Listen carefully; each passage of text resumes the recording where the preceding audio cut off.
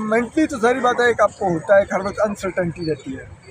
कि पता नहीं अब कौन सी एफआईआर होगी, किसमें उठाए जाएंगे या गिरफ्तार भी होंगे या गायब कर दिए जाएंगे। वो एक अनसर्टेनिटी रहती है और इससे खासतौर पर आपकी फैमिली सबसे ज़्यादा सफ़र करती है, क्योंकि उनको होता है जितनी दफ़ा घर से बाहर निकलते हैं उनको एक होता है कि पता नहीं अब किधर जा रहा है और क्या होगा। तो वो एक रहता है कांस्टेंट चीज़। लेकिन टू बी वेरी ऑनेस्ट, मैंने वक्त के साथ साथ इन सब को इग्नोर करना सीखा है। ये चीज़ नापसंद आई है तो मैंने वो ये सीख लिया है कि एक कान से सुनकर दूसरे कान से निकाल देना है और बॉदर नहीं करना। और जो उनको पसंद आए ना पसंद आए, ना मैं किसी की पसंद के लिए रिपोर्टिंग करता हूँ ना किसी के उसके लिए करता हूँ, बल्कि मेरी नज़र में सहाफ़ी के लिए ज़्यादा बेहतर होता है कि अगर जो लोग साहिब इक़्तिदार हों या ताकतवर पोजीशंस पर बैठे हों वो उसको पसंद ना करते हों। अगर वो उसको पसंद करते हों तो उसको अपनी सहाफ़त पर एक बार गौर करना चाहिए कि वो ऐसा क्या कर रहा है कि जिसे कहते हैं वो उन लोगों को अपना तर्जमान लगने लग गया है जिनके बारे में